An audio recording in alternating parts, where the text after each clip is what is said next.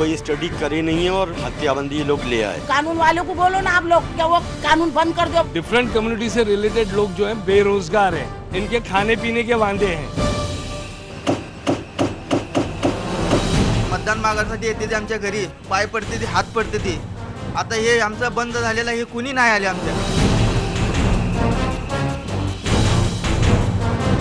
दो चार चमड़ा आता है तो वो मालिक लोग खुद बुलाता नहीं है, इसके अलावा दूसरा काम हमारे को आता भी नहीं है। मेरे जैसे कितने स्टूडेंट हैं जो पढ़ नहीं पा रहे हैं सिर्फ बीफ पे पाबंदी लगने की वजह से। 4 मार्च 2015 रोजी महाराष्ट्र राज्यात गोवंश हत्याबंदी कायदा लागू करण्यात आला। हा कायदा लागू होऊन आता 1 वर्ष पूर्ण झालेला आहे। या वर्षभरामध्ये नेमकं शेतकऱ्यांवर आणि विविध व्यावसायिकांवर सामाजिक आणि आर्थिक काय परिणाम झालेत ते जाणून घेऊयात IBN लोकमतच्या या स्पेशल रिपोर्टमध्ये।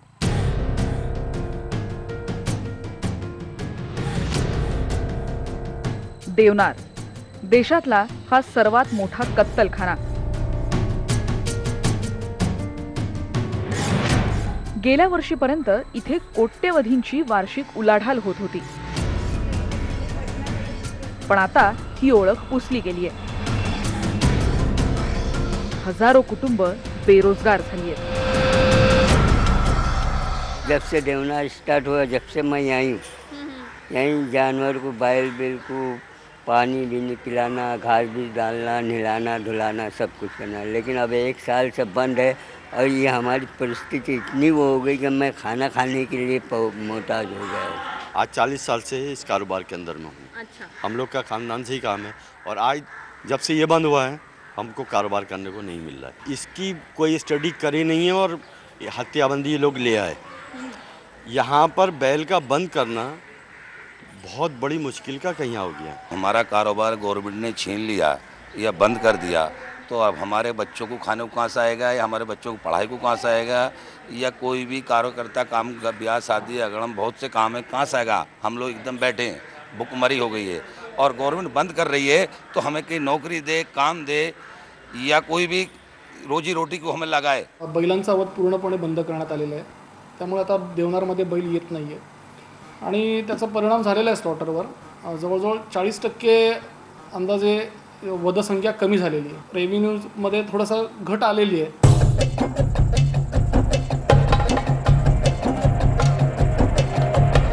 दाटीवाटीची वस्ती असलेलं हे कुर्ला कुरेशी नगर, इथली लोकसंख्या 3 लाखांपेक्षाही अधिक आहे।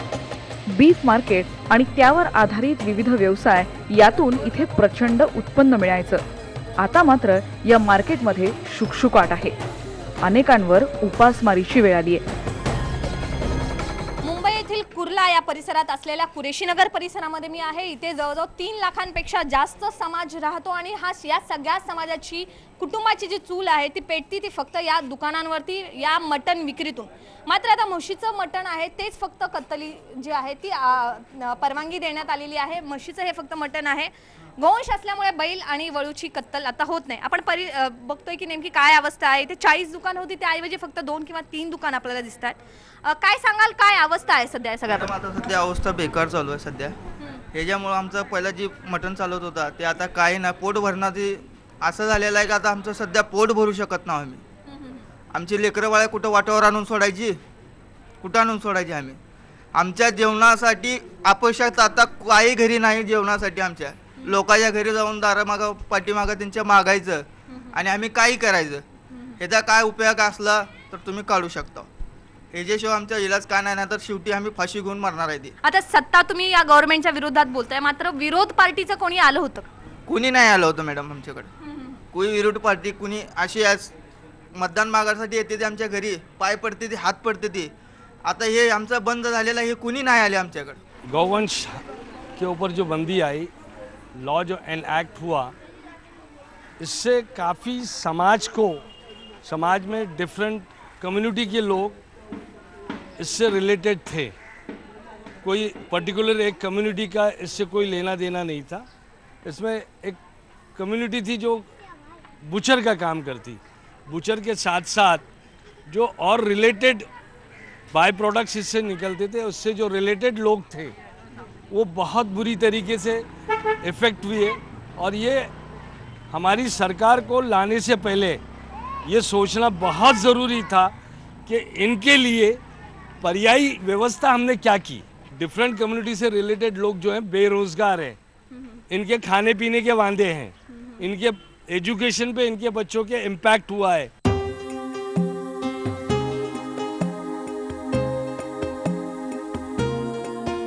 मांस विक्री आणि मजुरीवर अनेक जणांच्या संसाराचा गाडा चालायचा. आता मात्र पडलेलं घर दुरुस्त करायलाही त्यांच्याकडे पैसे शिल्लक नाहीयेत. सुलताना कुरेशींसारखी अवस्था इथे अनेकांची आहे. त्यांचीच ही हृदय पिळवटून टाकणारी कहाणी. कुर्ला कुरेशी नगर परिसर फिरत असताना अनेक आपल्याला घराच्या अवस्था आहेत त्या आपल्याला पाहायला मिळतात. असंच एक सुलताना कुरेशी यांचं घर आपण बघूयात, ज्या घरावरचं छप्परच उडून गेलेलं आहे. 18 दारिद्र्य जे काय आहे तेच या घरामध्ये आपल्याला अनुभवायला मिळते. या घरामध्ये सगळंच अस्ताव्यस्त आहे, मात्र व्यवसायच बंद पडलेला आहे. त्याच्यामुळे नेमकं घर दुरुस्ती तरी कशी करायची हा एक मोठा प्रश्न त्यांना सतावतो. आजारपण आहेत, वृद्ध मंडळी आहेत, त्यांचं नेमकं आजारपण कसं करायचं, औषधांना पैसे कुठून आणायचे, असे अनेक प्रश्न जे आहेत ते त्यांना भेडसावताना दिसतात. आणि तुम्हाला विश्वास बसणार नाही, अगदी अंगणातच चूल मांडून त्यांना आपल्या घरचं जेवण जे ते बनवायला लागते. आपण त्यांच्याशी बोलूयात की नेमकी काय अवस्था आहे त्यांची. क्या कहेंगे, आप बाहर क्यों खाना बना रहे? क्या करिए, घास लेट नहीं, बाटला नहीं, हमारे आदमी को काम धंधे नहीं, 1-1.5 साल से फिर रहे, रोजी नहीं हमारे को. हमने करना क्या, खाना क्या, हमारी रोज मजदूरी करना तो हम खाते थे. अब ऐसा 2-2 बजे तक पका रहे, घास लेट नहीं मिल रहा, बाटले नहीं हमारे घर में.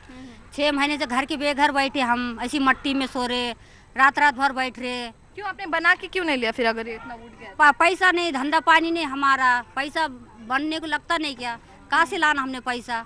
अब आदमी लोग काम करेंगे तो घर को पैसा आएंगे बनाने को, आदमी लोग काम नहीं करेंगे तो पैसा कहाँ से लाना. हमारे बच्चे फिर रहे बेरोजगार से, किसको रोजी नहीं ना, हमारा बैल बंद कर दिए, हमने करके क्या खाना. हाँ, कुछ तो हमारे खसाई लोगों को दूसरा काम तो आता नहीं, जो हम धंधा करते थे वही काम आता. 1-1 साल से 1.5 साल से हमारे आदमी लोग फिर रहे, बच्चे लोग फिर रहे हमारे. और हमारे देखो ब्लड कैंसर है मेरे को, उसमें खाएंगे क्या, दवा गोली करेंगे क्या. हाँ, कहाँ से दवा खाना हमने. ये देखो 4 महीने से हमारी दवा बंद है, कैंसर की दवा बंद है. कैंसर है आपको? हाँ, कैंसर है हमारे को, तो हमने करना क्या. अब हमारे आदमी फिर रहे दिन भर, काम नहीं तो. मेरे भी आँख का ऑपरेशन करने का है, पढ़ाई को पैसा नहीं, बर्तन पानी का काम करते, बर्तन पानी का काम भी नहीं लगता, कम पैसा देते वो लोग भी बर्तन पानी के भी. हाँ, बेटे को काम लगता नहीं लगता, कभी बहुत परेशान है. एक तो काम धंधे बंद हो गए, भाजी तरकारी से पेट नहीं भरता हमारे लोगों का. कानून वालों को बोलो ना आप लोग, क्या वो कानून बंद कर दो, बोलना हमारा माल धंधा व्यापार चालू कर दो, बोलना हमारी पढ़ाई है लिखाई है सब है. हाँ, बाल बच्चों की पढ़ाई है, बाल बच्चों खाएंगे पीएंगे क्या. ये तो कोई चीज़ सब बंद हो गई. घासलेट बंद हो गया हम लोग का, गरीब लोगों का. राशन पानी बंद हो गया. 15 रुपये से ले बोले, 20 रुपये से ले बोले, 50 रुपये से घासलेट ले बोले, तो हम कहाँ से लाना हो. घासलेट भी हमारा स्टू बंद हो गया.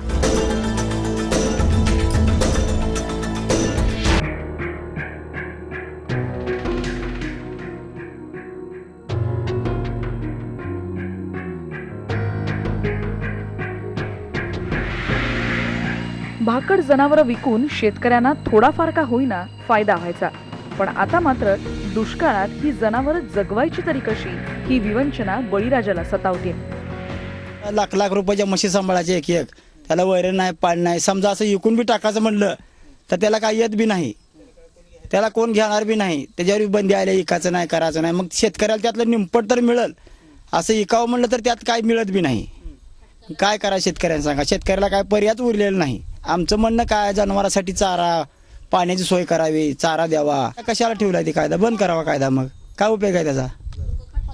हां, ते तर करते लोक. नाही तर इथं गवानीला तळतळ करून मरण्याची ऐवजी काय करायचं त्याला, ती कायदा बंद करून टाकावं. मग जनावर लोक अशी तरी विकतेली. आमच्याजवळ नाही, आमची 4 लेकरं आहेत घरातली, त्यांना जगवायची आमची ऐपत नाही आहे, तर त्या जनावराला आम्ही काय बघणार.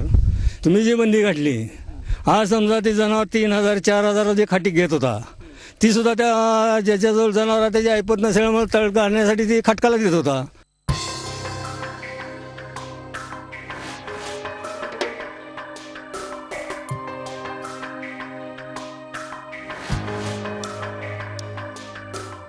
कातडी उद्योगातून देशाला मोठ्या प्रमाणात परकीय चलन मिळायचं. जगात भारत हा कातडी निर्यात करणारा 3ऱ्या क्रमांकाचा देश होता. पण हा कायदा झाल्यापासून बैलाची कातडीच मिळत नसल्यानं या व्यवसायावर आता मंदीचं सावट आहे. 15-20 व्यापारी है जिसमें किसको 5 आता है, किसी को 10 आता है, उसमें हमारा वर्तल नहीं खा रहा है, मजदूरी भी नहीं निकल रही हमारी. ये बिजनेस तो हम लोग कई सालों से कर रहे हैं. जब पाबंदी लगा हुआ है, जब से हम लोग समझ लो कि मजदूरी के भी हमारा खर्चा नहीं निकल पा रहा है, हमारा घर खर्चा निकल रहा है. पहले हमको रोज़ का 25-50-100 चमड़ा आता था, अभी बस गिनती का 2-4 चमड़ा आ रहा है. और ये जब से पाबंदी लगा, कोई व्यापारी भी नहीं आ रहा है माल लेने के लिए. यहाँ पे मालेगांव में कोई पार्टी नहीं आ रहा है यहाँ, जब से पाबंदी लगा हुआ है. यहाँ हमारे को रोज़ रोजगार मिलता था, अभी रोज ही 2-4 चमड़ा आता है तो मालिक लोग खुद बुलाता नहीं है, वो लोग एडजस्ट करता है या एक आध आदमी को बुलाता है. इसके अलावा दूसरा काम हमारे को आता भी नहीं है कुछ. इसके दूसरा काम कुछ कर भी नहीं पाते, और आता है तो वहाँ मजदूरी इतना नहीं मिलता है.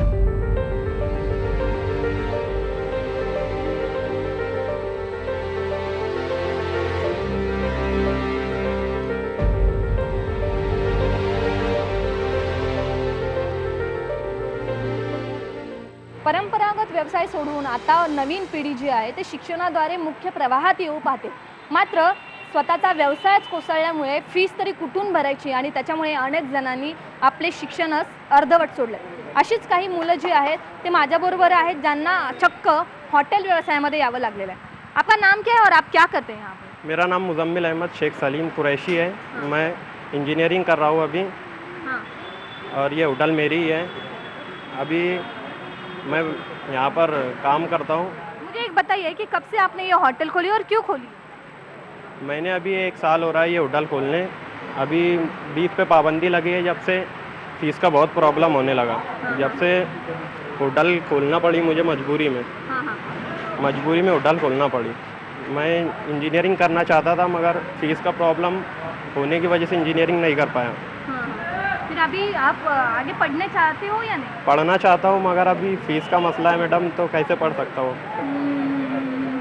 और मेरे जैसे कितने स्टूडेंट हैं कुरैशी जो पढ़ नहीं पा रहे हैं, सिर्फ बीफ पे पाबंदी लगने की वजह से. मैं चाहता हूँ सरकार बीफ से पाबंदी हटा दें और कुरैशियों को भी आगे बढ़ने का मौका दें.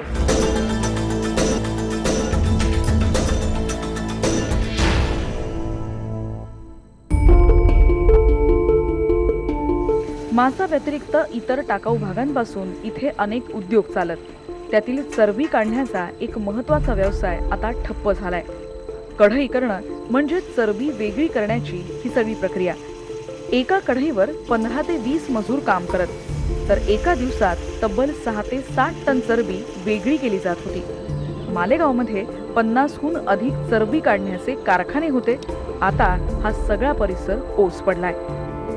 क्या कहेंगे, यहाँ पे पहले क्या कारोबार चलता था और अभी ये सब कुछ इतना सुनसान क्यों है?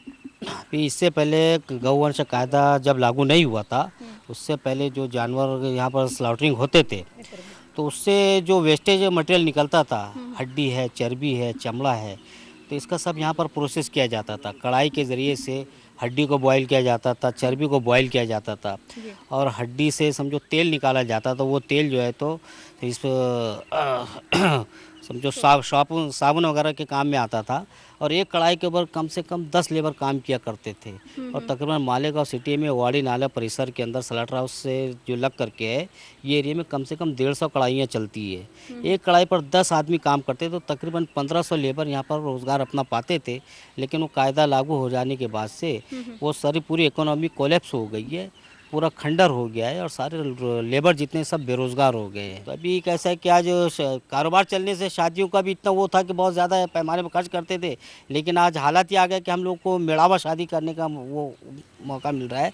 तो उसमें बोलने का मतलब जो गौर गरीब लोग जो है, तो उनकी शादी हम लोग उसके अंदर करने वाले हैं. जी, हम तो यहाँ 10 साल से काम कर रहे हैं. 2007 में हम लोग आए थे यहाँ से. तो यहाँ से अब ये साल भर से तो काम बंद ही हो गया है. जो हम पहले 500-600 रुपये कमाते थे, अभी हम 200, 250, 150 रुपया मिल रहा है. काम नहीं चलने की वजह से हम लोग जा रहे हैं घर. अब उधर बीवी बच्चे की परेशानी है, पैसे का नहीं मिल रहा है. अब स्कूल में फिक्स भी भरना पड़ता है. अब इतना परेशानी कौन झेलते रहेगा, तो उसकी वजह से हम लोग चले जा रहे हैं घर.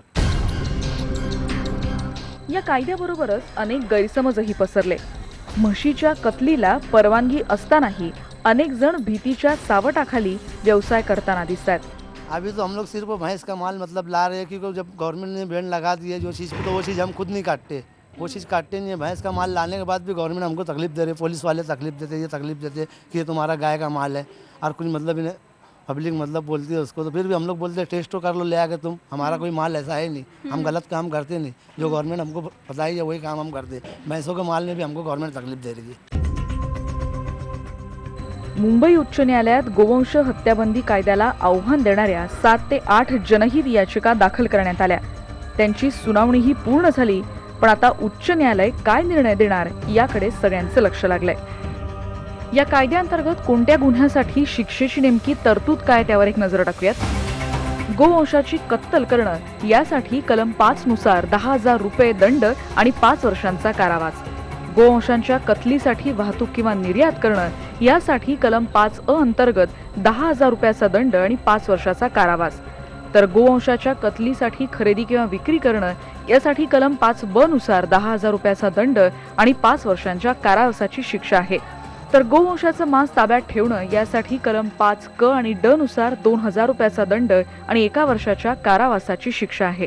या कायद्याअंतर्गत आतापर्यंत 230हून अधिक गुन्हे दाखल करण्यात आलेत। या कायद्याचा कोणाकोणाला फटका बसतोय त्यावर एक नजर टाकूयात। Meat industry, leather industry, hotel industry, sugar industry, pharmaceutical industry आणि सोप इंडस्ट्रीज।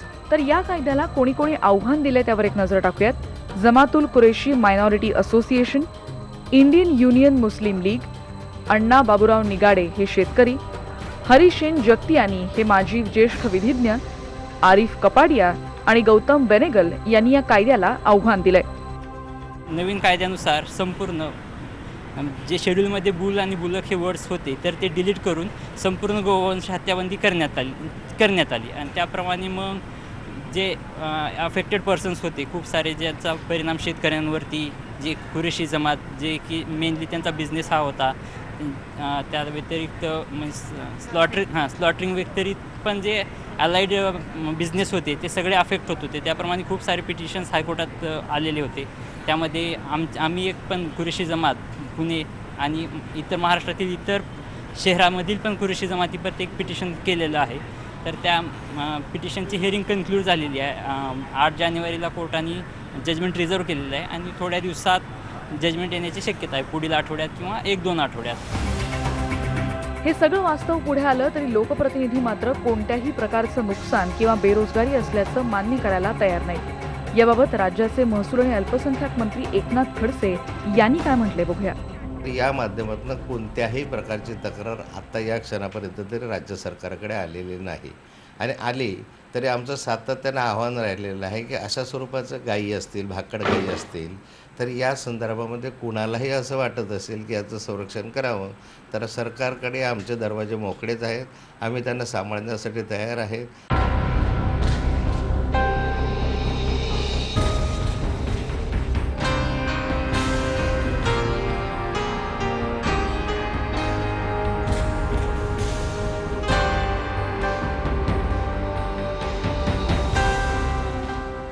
गोवंश हत्याबंदी कायदा झाला असला तरी परंपरागत व्यवसायावर अवलंबून असलेल्या या समूहाची आर्थिक कुचंबणा रोखण्यासाठी सरकारी योजना काय, हा प्रश्न मात्र अनुत्तरितच आहे। आज इथेच थांबूयात। पाहत रहा फक्त IBN लोकमत।